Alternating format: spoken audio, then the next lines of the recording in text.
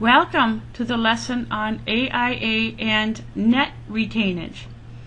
I'm currently in the AIA Center and I have an AIA record up.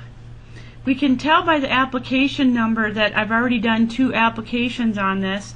So I wanted to show you what you do when you're done with the AIA job and all you want to do is send out an invoice for the retainage that hasn't been previously billed.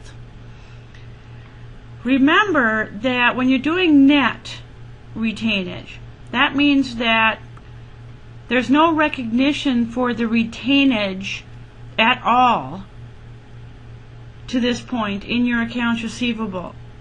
And on your AIA application, it is indicated that you will be billing out your retainage at the end of the job.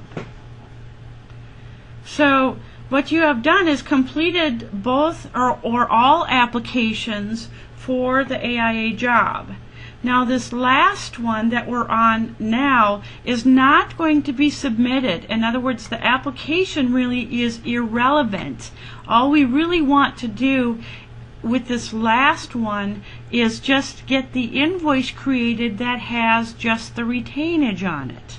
Okay, so even though we're going to do our 1, 2, 3 step process, it's really irrelevant. This application is actually irrelevant. All we want to do is get the invoice for it to send out for the retainage portion of the job. So we're going to pretend we're going to come in here and do step 1 and we'll just save this, but we won't do any current pricing or anything because again, this is really kind of a dummy application. When we go into step 2, as with any application, when the AIA is set up with net, you're always asked, is this the final bill for retainage? Well, while the job is still active, you would always enter no here, so that it knows not to create the final billing for the retainage. But in this case, it is the final bill for retainage, so we say yes here. And what that will do then is create the invoice for the application. And you can see the invoice number down here, so we're going to go and take a look at that after we close this application. So remember again, this last application was really just a dummy one to get this invoice created that has the billing just for the retainage that wasn't billed for in prior applications. So as we preview this, you can see that the invoice created the verbiage on it that says this is the final billing for full retainage on this project. Retainage was not billed on prior invoices.